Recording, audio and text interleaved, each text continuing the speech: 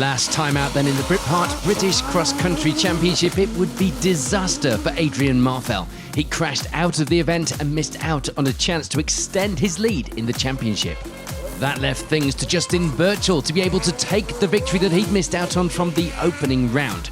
2 rounds, 2 winners so far in what is proving to be, as always, an exciting off-road championship. Round 3 of the series heads to Wales and to the infamous Sweetlamb Rally Complex. Always a favourite with the crews and of course the scene of many a WRC fight over the years. But for these guys, some of the terrain will be a little more challenging, shall we say. On to the first runs of the day then, and it would be the lead for Justin Birchall and Johnny Kunja. They open up a small advantage after 3 runs. No Adrian Marfell here this weekend due to that accident last time out though, so both Birchall and we are robbed of that fight. Second place at this stage will belong to Rick Mann and Becca Clarkson. This the first time out in the car together for the pair after the usual co-driver wife Sandra injured her back on a heavy landing at the Goodwood Festival of Speed. Things going well at this stage, the pair settling in smoothly. With some strong results under their belts already this season, it would be more of the same for Mark Jacks and Adam Nicholson to start this weekend. Starting with 3rd, they'd surely be happy to end the event there as well, but there were plenty more runs, plenty more stage miles here in Sweetlamb between then and now to get through. Fresh off the back of a podium in Scotland and brimming with confidence, it will be a 4th place start for Phil Bayliss and Lance Murphin here at Sweetlamb. They take a couple of runs to get settled in, ending the morning with the lead in Class 9.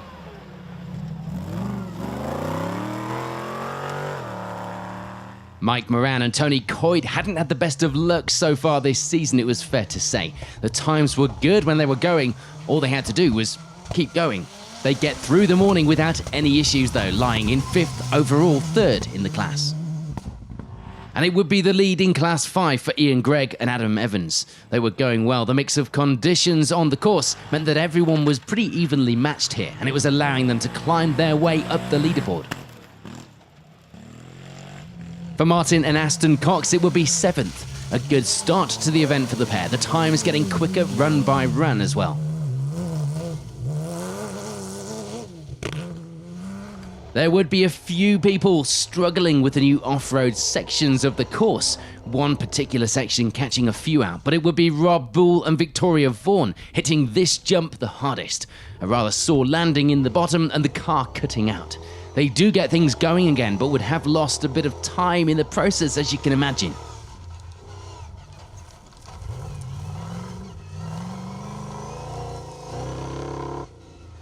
For Ryan and Darren Cook, though, it would be 9th place to end the morning. The times were coming down from their first run, and they could start to try and push their way up the leaderboard as the event went on. We round out the top 10 at the end of 3 runs with Toby Jefferson, just 11 seconds back from Cook at this stage. The fight well and truly on. There'd be a bit of early attrition though. We lose Andy DiGiulio and Paul Foley when they go off the road only a short way into the very first run of the day. If these guys didn't have bad luck, well, they might not have any luck at all, or so the saying goes. So the morning runs are complete. The leaderboard is starting to shape up like this. Let's head out onto the afternoon runs then, and there'd be plenty of change at the top. Rick Mann and Becca Clarkson taking the lead now, flipping that advantage round to 6 seconds in their favour. A good start, considering a lack of time in the car together. That, of course, would mean 2nd place now for Justin Birchall and Johnny Kunja. That wouldn't matter too much to them though. The victory, of course, is always nice, but with Mann not registered for the championship, this was still the top spot as far as Birchall was concerned. They'd be changed to 3rd place as well. Phil Bayliss and Lance Murphin stepping up to take that position in the afternoon. They didn't expect to be there, but things were going well. The off-road section providing some places to make up the time that they were losing to the guys up ahead on the faster bits. These changes in the top of our leaderboard also mean a change for Mark Jacks and Adam Nicholson as well, dropping down to 4th place for now, but still very much in contention for that top spot.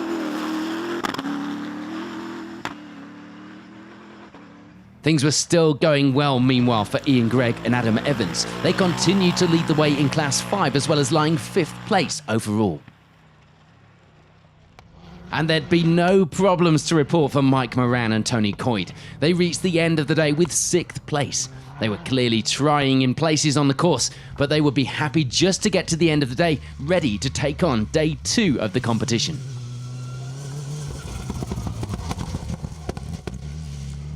With no lasting effects to speak of from the earlier heavy landing, it would be a big push from Rob Bull and Victoria Vaughan, seeing them gain a position to 7th on the leaderboard. The gap to Moran at just less than a minute now. For Richard Wynne Williams and Matthew Love, it would be 8th. They'd lost a little time on the 3rd run of the morning, but were starting to climb back up the results now.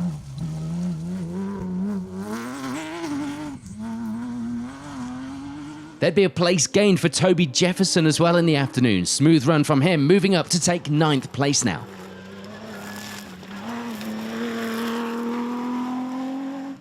And rounding out our top 10 would be Jason Rowlands, 2nd in Class 5 for him as well, and closing in on Jefferson on the overall times going into day 2.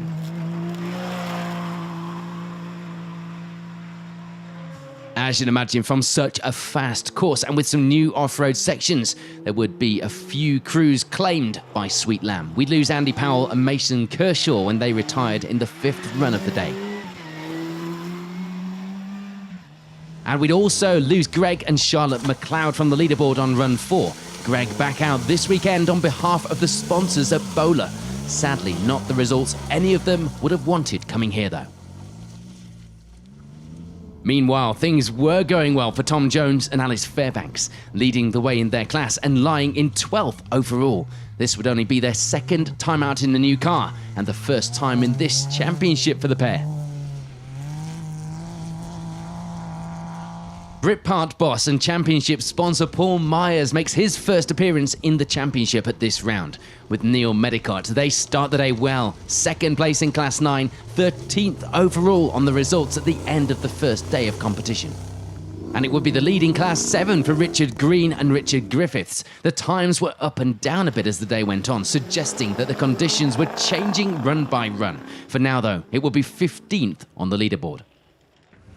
There'd be a bit of frustration and some bad luck as well on run 5 for Ryan and Darren Cook. They pick up a maximum time. Thankfully, they were still going and the times were actually looking good again. They now had a fight back on their hands from 17th place overall. For Ocean Riley and Philip Richards, it would be 2nd in Class 15. The pair could have been higher on the overall leaderboard, but a maximum on the final run of the day would see them down in 19th place. And it will be a similar story for Paul Rowlands and Neil Lloyd. They only just get off the start line before the belt snapped on the car, and they were going no further. A maximum to end the day, 20th overall. A myriad of problems for Chloe Jones and Tom Gray were small enough to deal with, but big enough to cause them some lost time. They hit the water on the opening run, stopping dead with an airflow sensor problem as a result. An issue with the steering column coming loose later in the day would also cause them to back off a little. 2nd in Class 7 was theirs still though at this stage. For John Pickering and Rod Wheat, it would be 1st in Class 3. In fact, they would be the only ones in that class, but that wasn't stopping them from pushing the car hard this weekend.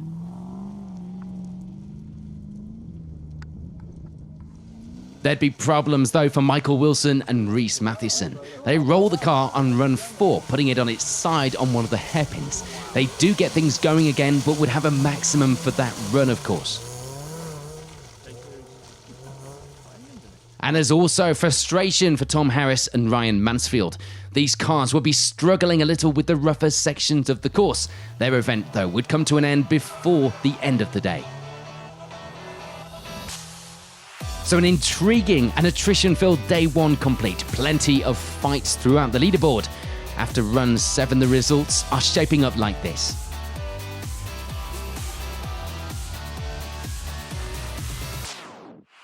On we go then, bright and early for day 2, and the results would take another shake-up. Justin Birchall and Johnny Kunja crashing out of the event. A dramatic and disappointing end. No maximum points from this round. So that means no change at the top for Rick Mann and Becca Clarkson, who continue to lead the way now with a significant lead. In terms of the championship though, all of this drama would mean Mark Jacks and Adam Nicholson are now in line for maximum points here at round 3. They lie second in the event at this stage, and with Mann not registered, it was looking good for a strong haul of points.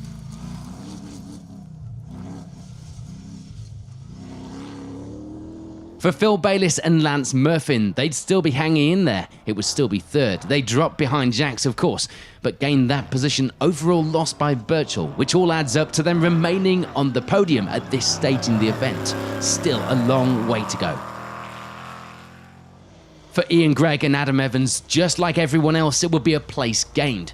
They move up to take fourth at this stage, just over a minute off the podium positions. It might not be likely that they gain a place overall, but it certainly wasn't inconceivable given what we'd seen so far this weekend. Mike Moran and Tony Coyd will be happy just to feature in the results at this stage in the event, having not made it this far on previous rounds this season. They were going well too, 5th place overall for the pair, 2nd in the class. Things were also still going well for Rob Boole and Victoria Vaughan, 2nd in Class 10 up to 6th place overall. And day 2 would see a one-day entry from Gordon Monaghan in that RS 200. Having not competed on day 1, he wasn't featuring at the top of the leaderboard, but times on day 2 would have seen him lying in 7th place overall. So with Monaghan not actually lying in 7th, that position would be free for Richard Wynne-Williams and Matthew Lowe. They end the morning with that position and 3rd in Class 8 with it. Things still going well meanwhile for Jason Rowlands. 2nd place in Class 5 was still his, as well as 8th on our overall leaderboard. The times for Tom Jones and Alice Fairbanks were looking good, especially for their limited time in the car. They were suffering a little on the muddy sections due to no windscreen, but thankfully the conditions could have been a lot worse at Sweetlamb, let's face it. They lie in 9th place for now.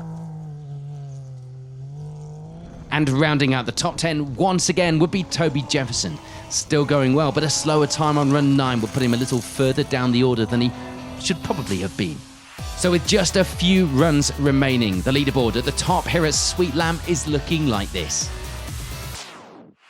We head into the final runs of the day then, and what a dramatic weekend it has been so far. It will be John Pickering and Rod Wheat who round out the results in 22nd overall, taking the Class 3 victory. For Michael Wilson and Rhys Matheson, it would be 21st, the pair taking 1st in Class 1 as well. This will be their first taste of motorsport for Rhys, and it's safe to say he is now hooked. The problems wouldn't be over on day 2 though for Chloe Jones and Tom Gray. They have a small spin on one of the morning's runs, but worse was to come when the rear prop shaft would go bang, ending their event on the final run of the day. It doesn't get much more frustrating than that. They still qualify as a finisher though, 20th overall, 2nd in Class 7, and certainly ruining what would have been. This weekend had been mixed, it's fair to say, for Paul Rowlands and Neil Lloyd. The times were good though when things were going right, but a few small issues meant that the Par Home sponsored crew would end the event with 19th overall, 3rd in the class.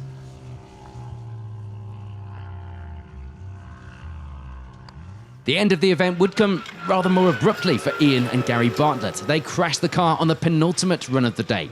The car not looking too good afterwards either. They do classify though still with those maximum times, taking 18th overall. And the event would also end early for Rob Boole and Victoria Vaughan, the exhaust breaking and setting the mudguard on fire. The pair only noticing when the engine temp went up, and pulling over for a look, they managed to put it out with the help of Ryan Cook. With just themselves left running in Class 17, it would be victory there for Jonathan Damrell and Nick Blundell. They were fighting well on the overall times though, 16th on the leaderboard. That maximum at the end of day 1 hadn't helped the overall results for Ocean Riley and Philip Richards, but day 2 had been much better, ending the event 15th with 2nd in the class. For Richard Green and Richard Griffiths, it would be the Class 7 victory. They were putting in some fast and consistent times to ensure that good finish this weekend. And a puncture for Ryan and Darren Cook wasn't going to be helping any comeback up the leaderboard. They lose around a minute with that, but it could have been a lot worse. They end the event 13th overall, second in the class. This weekend had gone pretty smoothly for Phil Ibbotson and Karina James. Although they did report a bit of a moment at high speed on day one, they of course get away with everything and reach the end of the event 12th overall in the 6R4. A maximum at the end of the opening day would be what put Aston and Martin Cox down the order, costing them a much better position than they take away at the end of the day. They do manage to take 11th place though this weekend. For Gordon Monaghan, the times were still looking good, and in fact, looking at them, he was improving. By the end of the event, in fact, his times would have seen the RS200 driver third place overall. No loss of pace then after some time out of the car. We go on to our top 10 then, and what a top 10 it had become. 10th place overall for championship sponsor Paul Meyers and Neil Medicott. A great end to the event, second in class 9 as well. Tom Jones and Alice Fairbanks would be more than happy with their result this weekend. Winners of the trophy class, as well as putting the car in 9th on the leaderboard.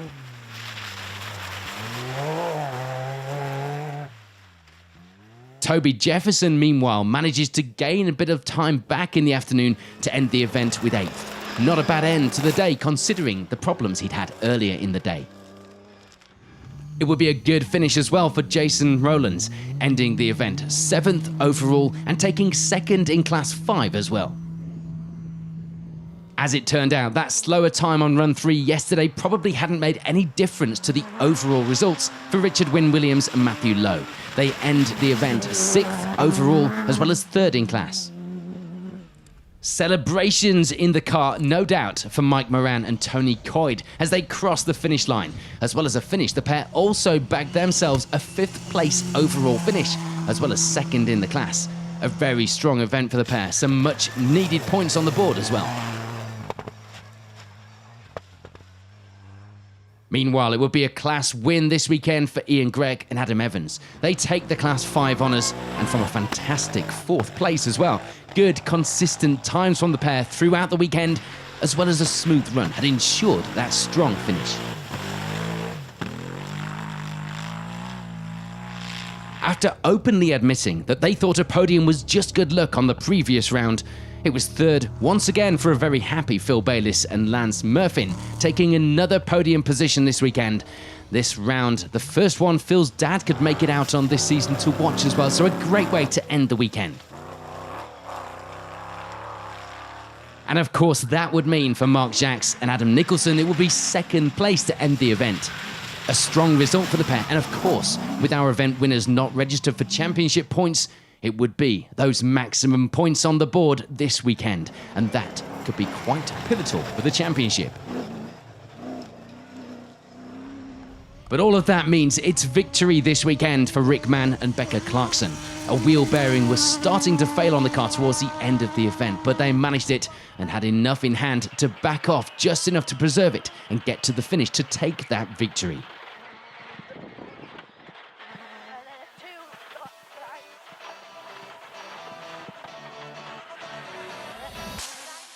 So confirmation then of the results here at a pretty dramatic and extremely eventful round 3 of the Britpart British Cross Country Championship. Those maximum points for Jacks here this weekend. Yeah, it's the first time we've been in the car for 9 months. We had a little bit of a mishap in France last year and took the whole back of the car off, and it's been a slow rebuild. We're at Goodwood last weekend, a quick turnaround for here. It's been great racing, absolutely top-notch venue. Really shame about Sandy and Justin. We're having a good ding-dong with Justin yesterday. Today's been a bit different. The course really changed overnight. I don't know what it was, but it got so rough out there. And then we've had a back wheel bearing go, so last 3 laps, every left-hand corner it was squealing and grating and half expecting the wheel to fall off. So it was a matter of getting to the finish. but absolutely top-notch organisation. Really enjoyed the racing. Good weekend, great weekend to be fair. Car's been impeccable. I don't think we've put a spanner on it all weekend, not had any punches. Course has been fantastic. The guys have done such a good job setting up the course. Jonathan and his brothers put the extra road in, which has made it interesting for everybody. So yeah, that was really good. So yeah, all in all, great weekend to be fair. Scrapping between me and Phil Bayliss for where we're scrapping for third and then for second and now for first in the championship. So yeah, it's been really good. You know, really enjoyed it. Yeah, I thought Scotland was a bit of a fluke, but then we come here and done the same again. Been quite a good weekend, quite hassle-free. Last run, broke a front shaft and did half of it in two-wheel drive, which was a bit scary, getting into the mud hole. But no, we finished. Good result. Can't complain one bit.